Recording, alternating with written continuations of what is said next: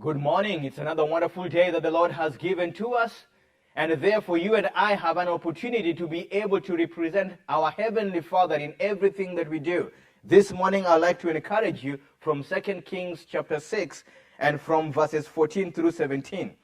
2 Kings chapter 6, verses 14 through 17, and it says this: Therefore, he sent horses and chariots and a great army there, and they came by night and surrounded the city.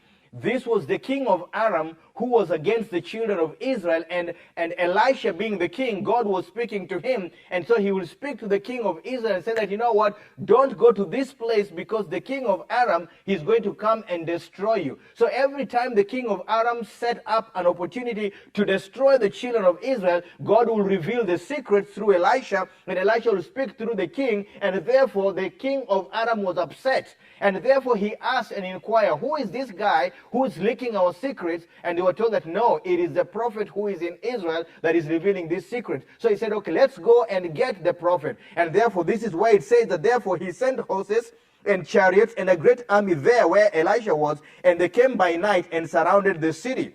And verses 15, and when the servant of the man of God arose early and went out, there was an army surrounding the city with horses and chariots, and his servant said to him, Alas, my master, what shall we do?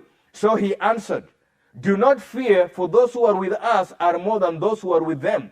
And Elisha prayed and said, God, I pray, open his eyes that he may see. Then the Lord opened the eyes of the young man, and he saw, and behold, the mountain was full of horses and chariots of fire all around Elisha. I'd like to encourage you today, based on what we've just read. You know, sometimes when you're doing the right thing, it seems like everybody else is against you.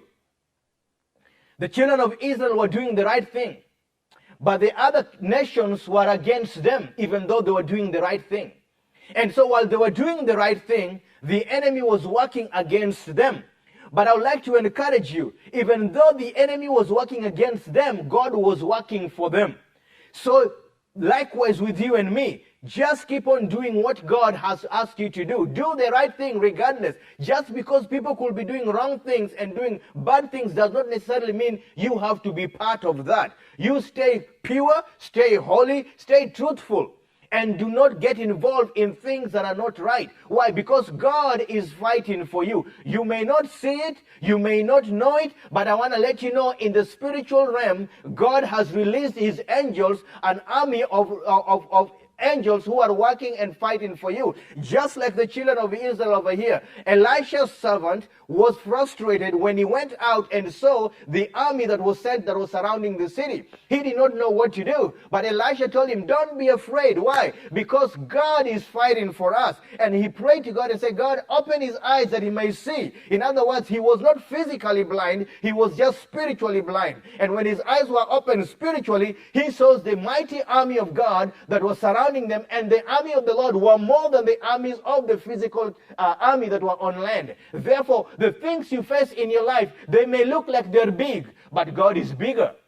They may look like they're great, but God is greater. And therefore you have to know that my God is so big, my God is so great, he is mighty, that there is nothing he cannot do. Therefore God will work for you, God will fight for you, God will protect you. Just keep on doing the right thing, keep on speaking the right words, keep on following the right ways in your workplace, with your family. It might seem like everybody is coming against you because you're doing the right thing. Just keep on going, because you are the light that is shining in darkness, and darkness will never overcome you as long as you stay in the light. You are a child of the light. Keep on speaking in the light. Keep on walking in the light. Keep on standing in the light. And guess what? The light of God will set you free from every powers of darkness. Therefore, today I'd like to encourage you.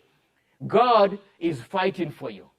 Just keep your mind focused on the Lord. Keep on saying the same thing, looking at the right things, walking in the right path, making the right decisions. And God will see to it, he will honor you because you are honoring him. Therefore, you stay blessed and have a wonderful day.